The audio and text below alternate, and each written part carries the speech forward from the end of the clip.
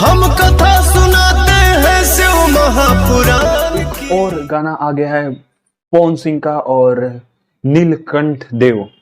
जो गाना आया है सेम ऐसा ही वीडियो में आया था और ग्रीन पर्दे में आया है, और इस गाने का जैसा आया था रोएले रघुराई, उसका व्यू चल गया है 15 से 20 मिलियन, उसका व्यू चल गया होगा। और उस गाने का कोई जोड़ा नहीं था और इस गाने का भी कोई जोड़ा नहीं है। और इसमें बताया है इस गाने में कि कैसे शिव शंभू अपने विष पीते हैं, और इसका सिंपल तरीके में बता दिए पवन सिंह। नीलकंठ देवा पिए विष का प्याला।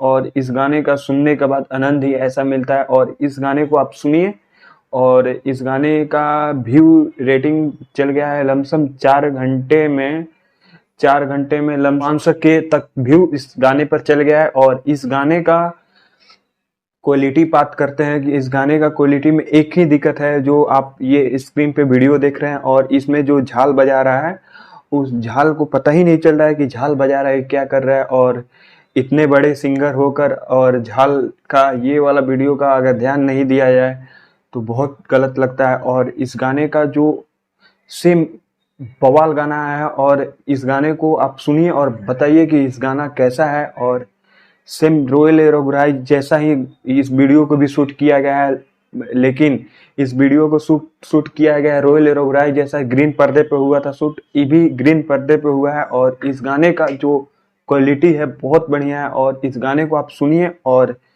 आनंद लीजिए।